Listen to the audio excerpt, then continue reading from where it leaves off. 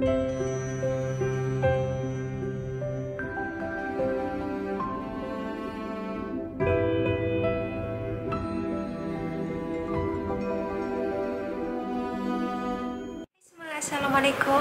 Okey, hari ni Fina akan review satu contact lens. Fina dapat parcel daripada Itali. Ini parcel yang Fina dapat.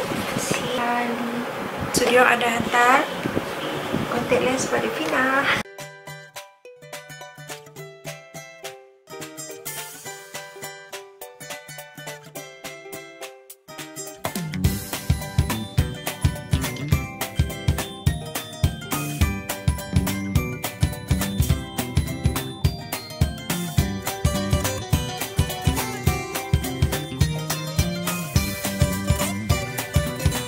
Fina selalu pakai contact lens yang warna brown atau grey. So kali ni Fina pakai warna blue.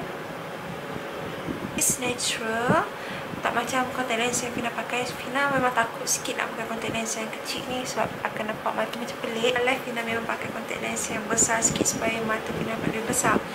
Tapi hari ni special sikit, tapi Fina rasa Fina suka dengan contact lens ni, memang sesuai dengan mata Fina. Okay, so Fina memang suka pakai contact lens. Jadi this contact lens sangat-sangat selesa. So korang boleh follow diorang dekat Instagram. Okay, diorang ada banyak sangat contact lens, and banyak gila orang pakai.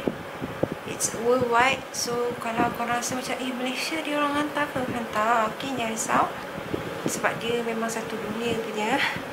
And Fina pilih warna ni sebab Fina rasa Fina suka warna yang agak bright. Warna contact lens yang jenis macam cerah ni, dia akan buatkan korang punya muka nampak lebih soft. So dia ada, so korang boleh tengok dekat website dia orang,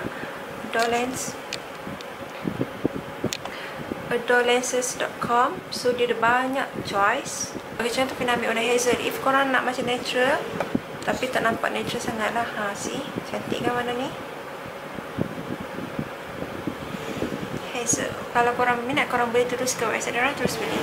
So Fina harap korang suka dengan review kali ni. And kita jumpa lagi insyaAllah next time. Bye.